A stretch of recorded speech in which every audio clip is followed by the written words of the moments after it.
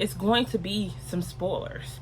So if you have not watched Power, stop my video right now, go watch Power, and then come back and watch me. Okay?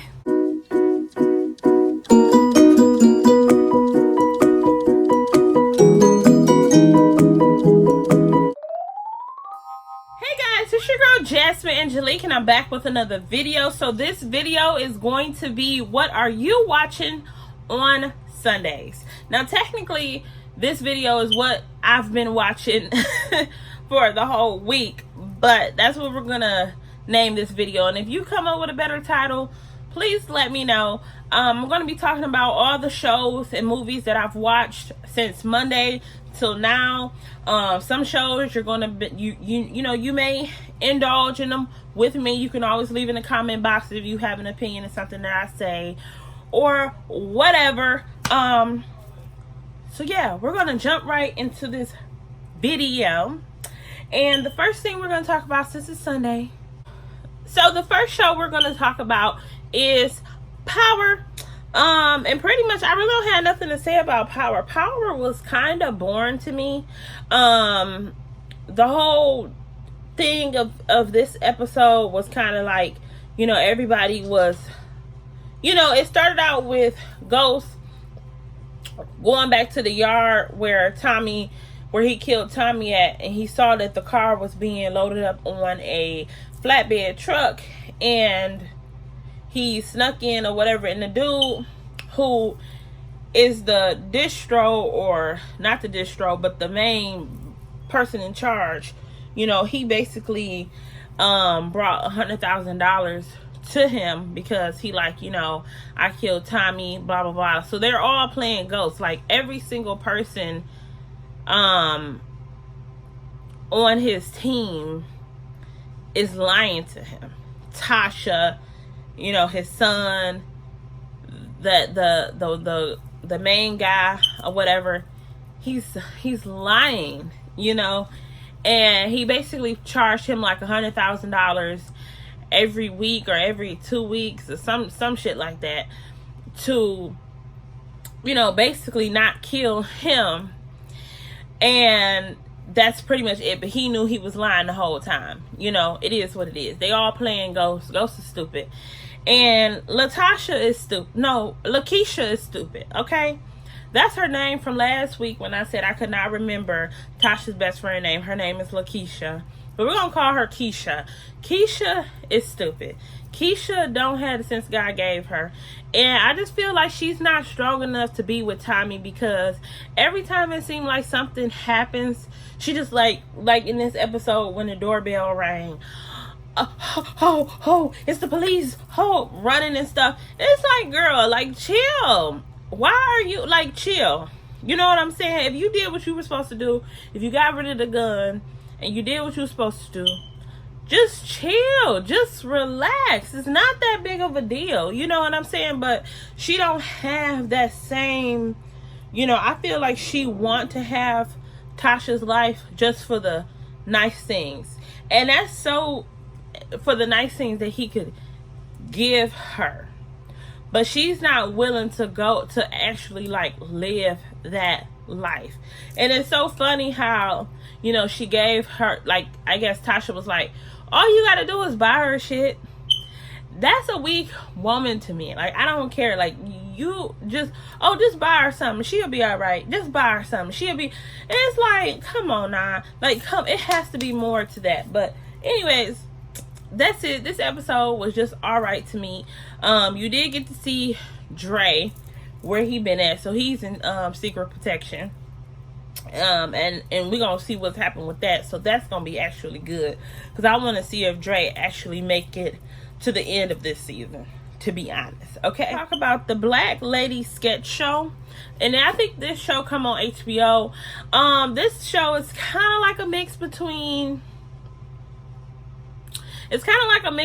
Saturday Night Live, but it's just with black women, black men, just, you know, doing little skits. I guess the whole gist of the show is they got like 4 girlfriends, they're in a house, it's like the world about to end, or it's about to be some type of apocalypse or something, and then they're just like telling stories, but then their stories is kind of like, if I'm wrong, please leave it in the comment box. And then they tell stories, and those stories go into like the comedy skits of the show. Okay, so the show is kind of funny. They have so many different people on this episode. I think one of the guest stars, well, they had a whole bunch of guest stars, but they had Alan Greer. They had the lady who played the mama for Scandal. They had her in there. They had just Issa Rae. You know, in the last episode they had Tia Mowry in the show. So they have a lot of like celebrities coming in and, you know, helping them out and just doing their thug. It's a really great show. So if you want to laugh, that's something that comes on. I think it comes on, I want to say the show might come on like a Wednesday or a Thursday or a Friday towards the end of the week, but I'm not really for sure like what exact day that it comes on. So the next show I want to talk about is Blacklove. So you guys, this show come on the OWN channel, and it's basically just talking about like a bunch of like celebrity couples. They have Tamala Mann and her husband David Mann. They have they have Kev on stage and his wife Melissa. They have they just have a lot of like celebrities from like, or like not even celebrities, but just like influential people, I guess, that you could say in the black community that has made a name for themselves. I'm trying to talk slow, and I feel like I'm coming down with a cold, so I feel like I'm having a harder time like getting my breath to actually have a conversation. I feel like I'm just like constantly like taking pauses in between my speech. But anyway, and then they have Candy and her husband that she met on Atlanta Housewives. And you know, they just come in and they just talk about like the struggles of marriage and how they overcame like obstacles. Like they already talked about, you know, infidelity. They talked about, you know, drug abuse. They talked about, you know, emotional abuse, and not necessarily emotional abuse coming from the man, but just emotional, a woman who's emotionally abusive towards her husband, because a lot of times, you know, women struggle with like trying to express the love, you know, too. But anyways, that's a great show. If you guys want to check that out, it's a wonderful show to watch.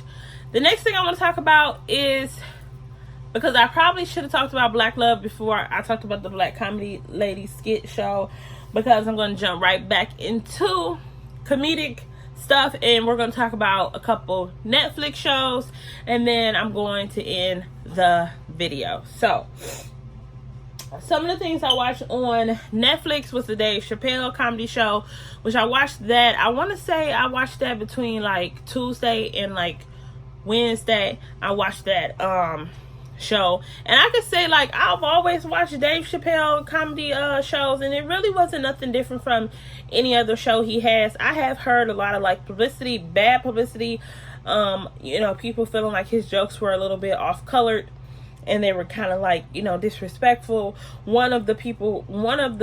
talked about everything from, you know, school shootings to Trump to, you know, the LBG community. He talked about just a wide variety of things in a funny way. He talked about the Me Too movement. And you know what? I feel like he has been so consistent, and his comedy show was a little like, woo, right? But none of the stuff he was really talking wasn't really applying it to me. And then just as a person in this society, I don't really feel like people need to take everything so personal. It's just a comedy show. It's just people trying to have fun, people trying to laugh. And I know me personally, like I'm one of those type of people who, you know, a lot of times if I am like in a real like serious thing or something like that, I do tend to crack jokes to kind of ease the moment, to kind of ease, you know, whatever's going on. So the next thing I want to talk about is the Tiffany Haddish WRYW, you know, comedy show. That was also good. I can't remember. I think it was the transgender woman who was so funny to me. I think she was probably the funniest, and then there was like one more that was the funniest, and I'm so sorry I didn't take no more notes because I don't remember what their names was. But also, I don't remember what their names were. I'm sorry. I'm gonna do better with these videos, but I wanted to put something out here, right? And then I have two more things I want to talk about, and then we're gonna end this video. So the next thing I want to talk about is Falling in Love, which was with Christina Milian, and it was with some white dude. I don't know his name. Anyways, the movie was about a girl. She was workaholic. You know, she had this boyfriend who really didn't take her serious, in the sense of like, you know, he wasn't trying to make a commitment, different things like that. And this woman who was ambitious, not really being seen in the light. Like, you know, sometimes when you work for a company, and especially, I mean, it can happen in a lot of different ways, but, you know, in her particular way, she was a woman. She worked in a company with a bunch of men. None of them wanted to hear out what she had to say, you know, her ideas. And she had a really good idea to turn, you know, to save on light and energy, to become more eco-friendly and efficient. She wanted to turn properties into solar power, solar saving energy properties. And nobody wanted to hear her out. So she entered this contest to win an N, which is INN, like a bed and breakfast type of situation over in another country like Scotland or Ireland, one of those.